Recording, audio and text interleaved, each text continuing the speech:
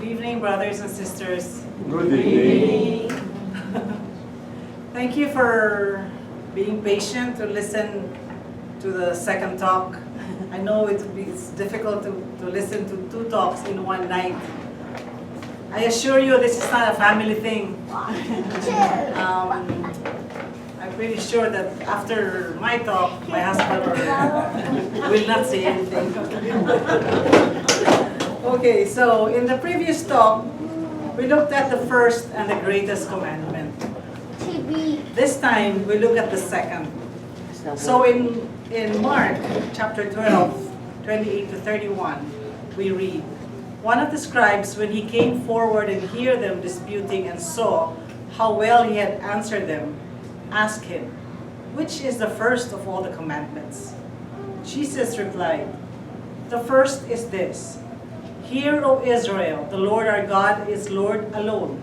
You shall love the Lord your God with all your heart, with all your soul, with all your mind, and with all your strength. The second is this, you shall love your neighbor as yourself. There is no other commandment greater than these.'"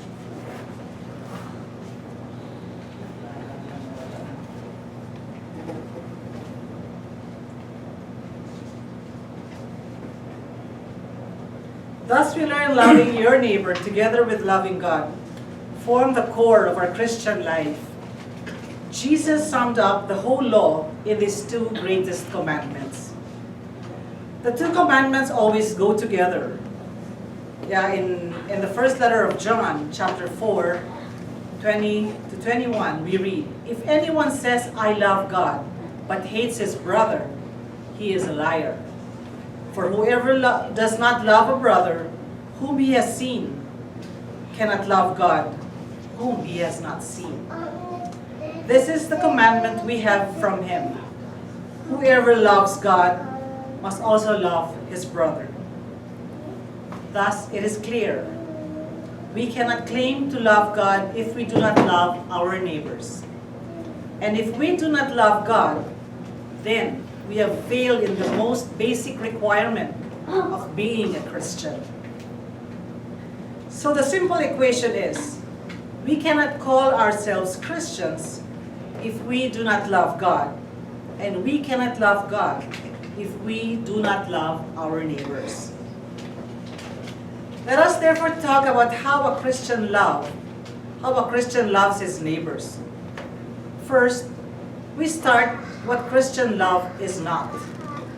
That way we get rid of the misconceptions, and it will be easier for us to understand what Christian love is. So, number one, love is not about having positive feelings. Yes, there can be feelings of joy, warmth, and fulfillment when we love, but even without it, true Christian love should still persevere. Remember when you first dated your spouse, to be or someone you love so much. There was the great feeling of romance, affection, and happiness. Those are positive feelings, and there's nothing wrong. In fact, it is good to have them. But Christian love is much, much more than that. Feelings change, and if our love depends solely on feeling good, the danger is love may dissipate when we are feeling less than good. Feelings follow true love, but love is not equal to feelings. Number two, love is not always saying yes. If we love somebody, it doesn't mean we can never turn down a request. Sometimes you are simply unable to provide the assistance asked. And sometimes even if you are able, you should not. A parent, for example, will refuse to overindulge his or child with candy, even if the child persistently asks for it. If it is a wrong concept to think of a loving person as Mr. Nice Guy trying to please everybody. Number 3, love is not defensive. You do not say, I will love you if. Love is a risky business, and if we are truly love, we are to truly love, we have to face the risks. The risk of betrayal, the risk of suffering as your loved one suffers through a serious illness, the risk of your loved one dying ahead of you. Love seems to set one up to get hurt. Thus one could very easily desire a guarded kind of love to protect oneself from injury. Avoidance of pain, difficulty and trial then becomes a condition attached to love. But we have to realize Christian love is not guaranteed to be painless. God has never promised that loving will be easy. Number 4, love is not self-seeking. In other words, we do not love to promote ourselves. The focus is not ourselves, but others. By its nature, Christian love means self-denial. We have to accept the fact that putting others first can be bothersome or inconvenient for us. Number 5, love is not manipulative. You manipulate when you give a love as a reward or withdraw love as a punishment. And because love is so powerful, people are tempted to use it in this way. This is a conditional form of love, meaning you give it only if you get something in return. So we have described 5 instances of what love is not. Love is not just feelings. Love does not mean saying yes all the time. Love is not defensive. Love is not self-seeking. And love is not manipulative. What then is Christian love? For the answer, we go to the Gospel of John. In John 15, 9 to 10, we read, As the Father loves me, so I also love you. Remain in my love. If you keep my commandments, you will remain in my love, just as I have kept my Father's commandments and remain in his love. Clearly, Jesus speaks here of a love that is connected with keeping God's commandments. There can be no Christian love apart from righteousness. Loving is not compatible with sinning. You cannot say it is okay for me to cheat in my business so I can provide better for my family because I love them. Christian love must always be expressed within the context of God's commandments. In the same chapter, Jesus was specific about how we are to love one another. In verse 12, he says, This is my commandment. Love one another as I love you. So the role model that we should aspire to follow in loving our neighbors is Jesus himself. We are not free to change or dilute Jesus' direction. How does Jesus love them? What is the example that he wants us to follow? Can we go back to John? Again, we go back to John, the very next verse. No one has greater love than this, to lay down one's life for one's friends. He is talking about a self-sacrificial love. It is not just giving our time, imparting our wisdom, praying for others, serving in activities like this, etc., etc. But to carry out our love in the most extreme circumstance, which is to sacrifice our very lives for others. When we celebrate Remembrance Day, we may say a soldier going to war and risking death to defend his country may probably approximate this kind of extreme love. But most are not called to actually die for others. How then do we translate this love of the highest standard into practical everyday terms? Again, we go back to John. who, by the way, referred to himself as the disciple Jesus loved. In chapter 13, verses 1 to 5, we read about the foot washing episode during the Last Supper when Jesus was going to wash the feet of his disciples. This was a fairly common practice during Jesus' time because the roads were not paved. People walked in them in their sandals.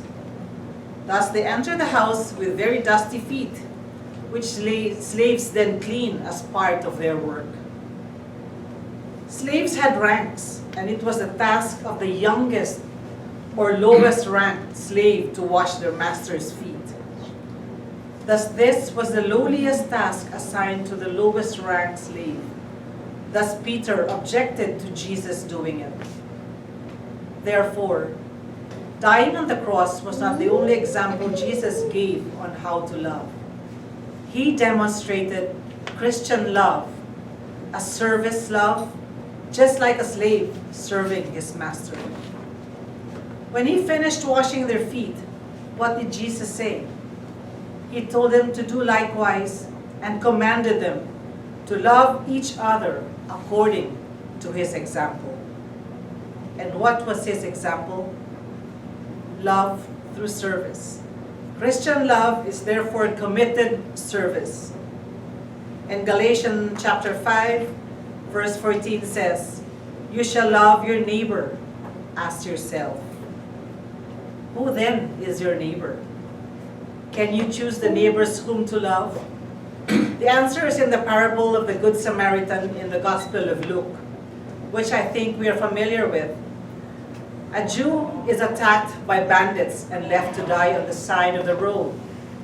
A priest, then a Levite, passed by and ignored him. It was a Samaritan whom the Jews hated and looked down on who aided the Jew. This parable is very rich in symbolisms, but there are two things I want to point out. First, clearly, any person you encounter who is in need is your neighbor, and you must come to their aid. And secondly, your righteousness is not judged according to your position or what you represent, but by how faithfully you follow God's commandment of love. It was the despised Samaritan who followed God's command, not the priest nor the Levite, who belongs to the tribe tasked with taking care of their synagogues, who you would have thought would have been the ones to do so. How then do we love in everyday life? I would refer you to the first letter of Paul to the Corinthians, chapter 13, verses 4 to 7. He talks about 14 characteristics of love, like love being patient, kind, not jealous, not rude, etc., etc. When you get home, please find the time to read this passage and really reflect on them. And you might want to substitute love with I, so that instead of love is patient, you say, I am patient, I am kind, or I am not jealous, etc., etc. So by way of ending this talk, allow me to give a personal sharing. When I was assigned this talk 3 or 4 weeks ago, little did I know that something would happen that would make this very meaningful and personal to me.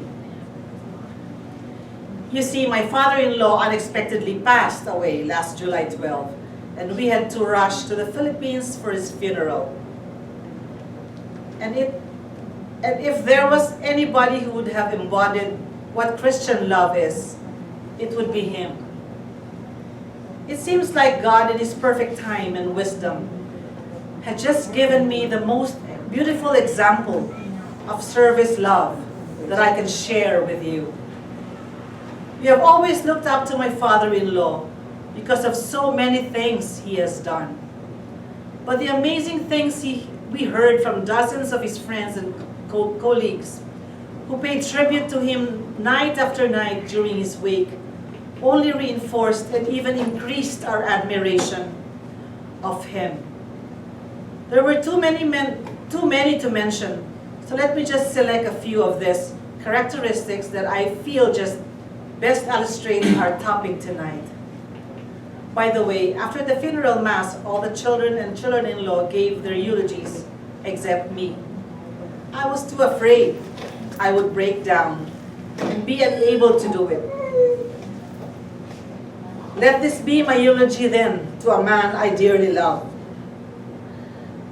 He belonged to several organizations, but a recurring theme among the tributes heaped on him was that he never did anything for personal gain or recognition. I mentioned earlier that love is not self-seeking, but self-sacrificial, and that's exactly what it means. There were several achievements that we only learned during the eulogies because he never bragged about anything, not even to his family. He never sought recognition, and yet he received several international, national, and local awards. Among the many groups, I was most touched by the many priests of the Carmelite order at our parish, the National Shrine of Mount Carmel in New Manila. All of them wanted to say Mass for him. So there will be days when we have more than one Mass said at the chapel, which fortunately was located under the parish church. One of the priests, a former parish priest, now a superior general, said it was his spirituality to express his love of God by serving others. The same concept of service, love, that I mentioned earlier. The current pastor, a young priest, revealed he would regularly consult him for parish matters. In fact, when he was first appointed pastor, he met with Daddy and actually cried because of his apprehension about his new job, and was reassured when he said, "Sasamahan kita. I will walk with you." He joked it was embarrassing. He was the one being comforted instead of the other way around. He was the last to see my father-in-law alive, administering the last rites, this time giving him comfort and assurance, to which he responded. The shrine has been around since the 50s, and there have been very good and dedicated parishioners who have since passed. But for the first time ever, the parish actually printed and displayed on their gates several huge banners with a picture of Daddy and the words, "Thank you, Tito Mario." I know I said earlier, love is not manipulative. You don't love to gain something back. But if you truly love, it will come back. My father-in-law's mother has a favorite saying, "Amor con amor se paga," which I think translates to love begets love.